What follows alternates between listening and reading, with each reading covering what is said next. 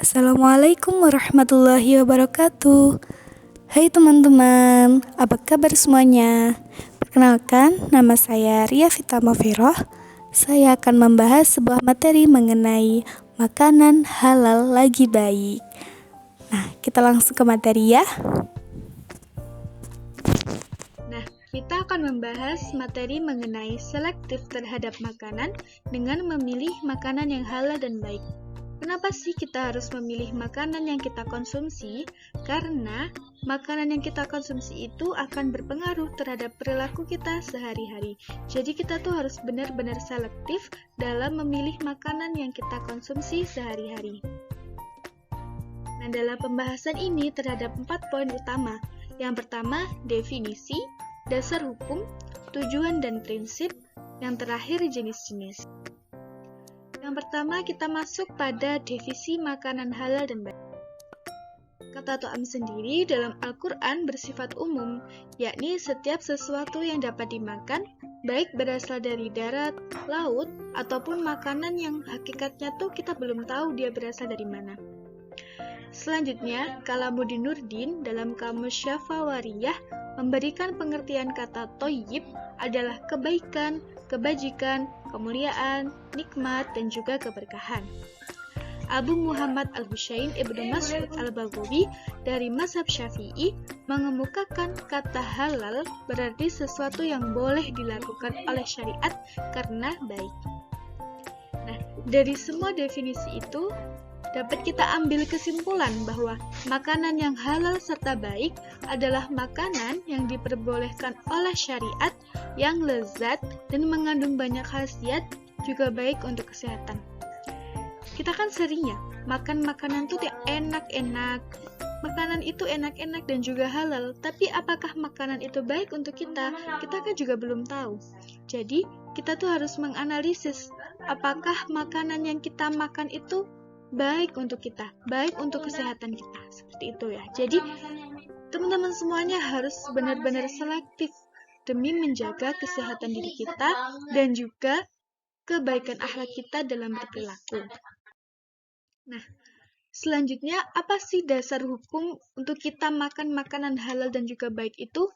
Nah, yang pertama ada dalam Quran Surat Al-Baqarah ayat 168, Al-Baqarah 172, Al-Mu'minun 51, Al-Ahzab 36, dan juga hadis Sunan Ibnu Majah 3358 dan juga Sahih Muslim 1599. Nah, di sini banyak sekali dasar hukum kita untuk menjaga pola makan, menjaga makanan yang kita konsumsi demi kebaikan diri kita sendiri.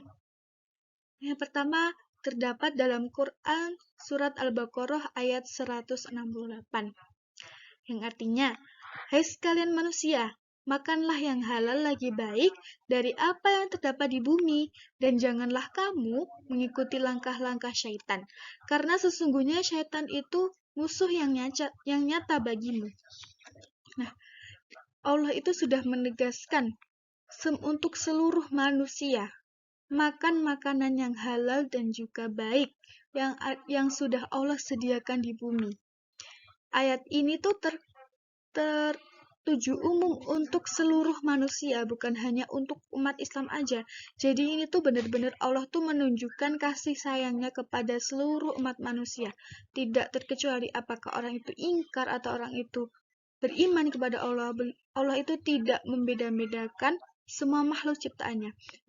Allah menyuruh dan menekankan kepada seluruh umat manusia untuk memakan makanan yang halal dan juga baik yang sudah disediakan Allah di bumi. Nah, Al-Sa'di menjelaskan bahwasanya kata hitab pada ayat ini sebagai seruan yang ditunjukkan kepada seluruh manusia. Dan juga dalam tafsir Al-Misbah menjelaskan bahwa kehalalan makanan pada ayat ini untuk seluruh manusia.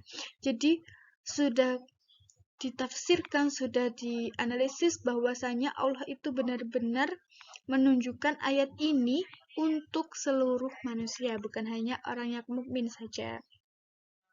Selanjutnya dalam Quran Surat Al-Baqarah ayat 172, yang artinya, hai orang-orang yang beriman, Makanlah di antara rezeki yang baik-baik yang kami berikan kepadamu, dan bersyukurlah kepada Allah, dan benar-benar kepadanya kamu kembali. Kamu menyembah. Nah,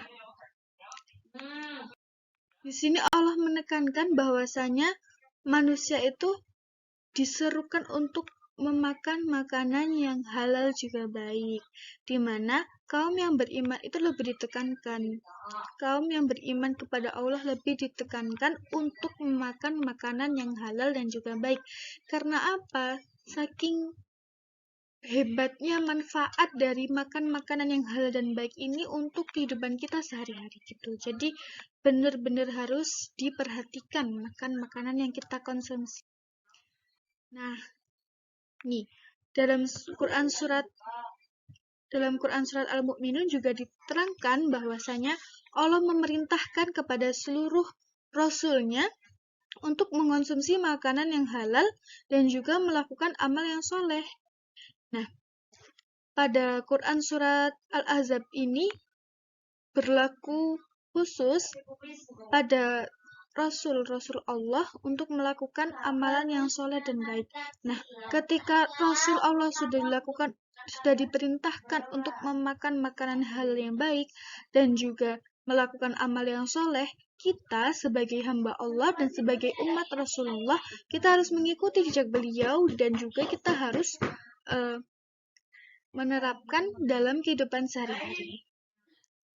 Nah, dalam hadis Sunan Ibnu Majah nomor 3358 dan juga dalam hadis Sahih Muslim nomor 1599 terdapat 4 kandungan. Yang pertama, Rasulullah SAW mengingatkan manusia agar memperbaiki makanan, minuman, dan lainnya. Selanjutnya, seorang muslim hendaknya meninggalkan hal-hal yang syubhat untuk memelihara agama dan kehormatannya. Selanjutnya, penguatan dalam upaya pembenahan hati juga memelihara hati dari hal-hal yang bisa merusaknya. Yang terakhir, segala yang halal dan haram sudah tercantum dalam Al-Quran. Nah, dalam berbagai sumber, berbagai dasar hukum ini sudah dapat kita tarik kesimpulan bahwasanya ketika kita makan makanan halal dan juga baik itu akan berdampak dalam perilaku kita sehari-hari, akan menjadikan kita muslim, mukmin yang memiliki derajat lebih tinggi, memiliki kualitas iman lebih tinggi ketika kita bisa menyeleksi makanan yang kita konsumsi sehari-hari. Jadi teman-teman harus benar-benar ya, konsumsi makanannya itu benar-benar dijaga. Jangan suka makan pedes-pedes padahal kita tuh punya mah kayak gitu ya. Itu kan emang enak, memang lezat, makanan seperti itu tuh lezat, tapi tidak baik untuk kesehatan kita. Nah, selanjutnya poin ketiga, tujuan dan prinsip makanan halal dan juga baik.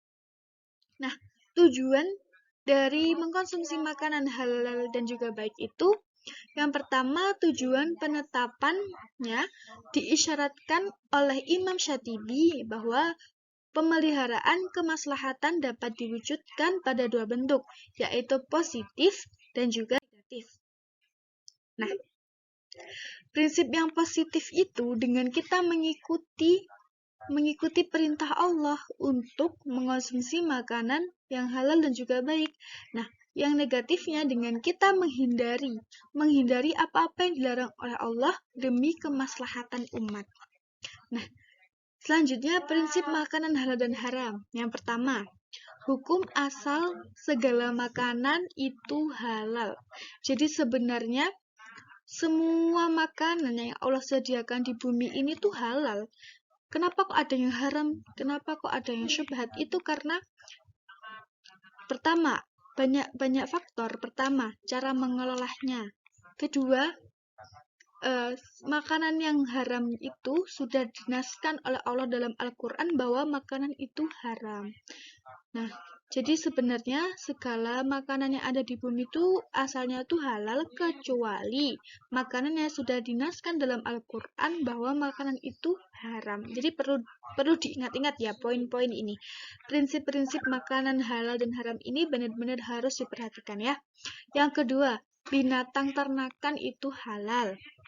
Terkecuali yang sudah dinaskan oleh Allah dalam Al-Quran bahwasanya makanan itu haram. Seperti daging babi itu kan sudah dinaskan bahwasanya itu haram. Jadi ya sudah tahu kita itu haram. Jadi jangan wah asal semuanya itu sebenarnya itu halal. Jadi itu halal. Enggak, itu sudah dinaskan. Kalau sudah dinaskan berarti ya sudah haram kan seperti itu ya. Selanjutnya binatang buas yang mempunyai taring yang kuat haram. Contohnya apa? Singa, macan. Haram itu untuk dikonsumsi ya. Pokoknya binatang yang punya taring yang kuat itu haram. Selanjutnya, hewan yang digalakkan dan disunahkan Rasulullah untuk dibunuh itu haram. Apa contohnya? Ular. Ular itu galak dan Rasulullah menyunahkan kita untuk membunuhnya. Jadi ular itu hukumnya haram ya. Selanjutnya, binatang kecil dan serangga yang menjijikkan itu haram. Jadi ketika kita melihat binatang itu jijik, terus serangga-serangga yang kita lihat itu jijik seperti kecoa, seperti itu ya, itu kalau kita jijik melihatnya itu haram hukumnya. Nah, selanjutnya hasil dari hewan yang halal dan juga haram itu hukumnya haram. Jadi ketika ada hewan yang halal untuk dikonsumsi, terus reproduksi dengan hewan yang haram untuk dikonsumsi, nah anaknya itu hukumnya haram. Jadi prinsip-prinsip ini harus benar-benar diingat oleh teman-teman semuanya ya. Oke. Nah, masih ada lagi prinsip-prinsipnya. Hewan laut yang hanya hidup dalam air itu halal. Jadi seperti ikan kan nggak bisa ya hidup tanpa di air tuh nggak bisa. Jadi itu hukumnya halal. Selanjutnya, makanan yang beracun dan berbahaya itu haram.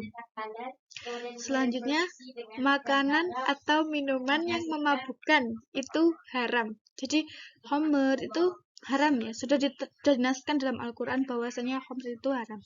Selanjutnya, setiap tumbuhan di darat atau di air halal selama tidak membawa kemudaratan. Nah, jadi semua prinsip-prinsip di sini tuh benar-benar harus teman-teman ingat, teman-teman aplikasikan dalam memilih dan memilah makanan yang kita konsumsi sehari-hari. Nah, selanjutnya kita masuk dalam pembahasan terakhir yakni jenis-jenis makanan halal dan juga baik. Yang pertama, halal secara zatnya. Sudah halal ditetapkan oleh Allah bahwa makanan itu halal. Makanan itu tidak haram. Itu ya. Selanjutnya, halal cara memperolehnya. Jadi, makanan itu yang semulanya halal bisa menjadi haram ketika cara kita memperolehnya itu tidak baik seperti kita mencuri. Nah, itu makanannya itu dihukumi haram ya. Selanjutnya, halal cara pengolahannya. Jadi, selain kita lihat cara memperolehnya, cara pengolahannya pun kita juga harus diperhatikan. Jadi, ketika misalkan ya ada warung itu menjual daging babi dan juga daging sapi. Ketika semua alatnya itu dicampurkan, ketika semuanya itu bercampur, maka kan cara mengelolanya itu sudah salah. Jadi hewan daging itu yang semulanya halal bisa menjadi haram karena cara pengelolaannya. Jadi yang pertama tadi diingat-ingat ya, halal zatnya, halal cara memperolehnya, yang ketiga halal cara mengolahnya. Nah, jenis makanan haram ada dua. Haram lizatihi, makanan yang asal mulanya memang telah diharamkan oleh Allah, seperti daging babi, darah, bangkai. Itu kan sudah dinaskan dalam Al-Quran bahwasanya makanan-makanan tersebut itu haram. Jadi benar-benar haram lizatihi, zatnya itu sudah diharamkan oleh Allah. Selanjutnya, haram lighairihi, makanan yang asal mulanya adalah halal namun berubah menjadi haram karena adanya sebab. Nah, sebabnya itu bisa cara memperolehnya tadi. Cara memperolehnya bisa, cara pengolahannya itu bisa. Jadi benar-benar diperhatikan untuk cara memperoleh dan cara mengelola makanan agar makanan kita tuh yang semulanya halal tuh tetap terjaga kehalalannya seperti itu. Sekian penjelasan mengenai makanan halal dan haram. Kita bisa lanjutkan pada pertemuan selanjutnya untuk materi mensyukuri nikmat dengan cara belajar dengan giat.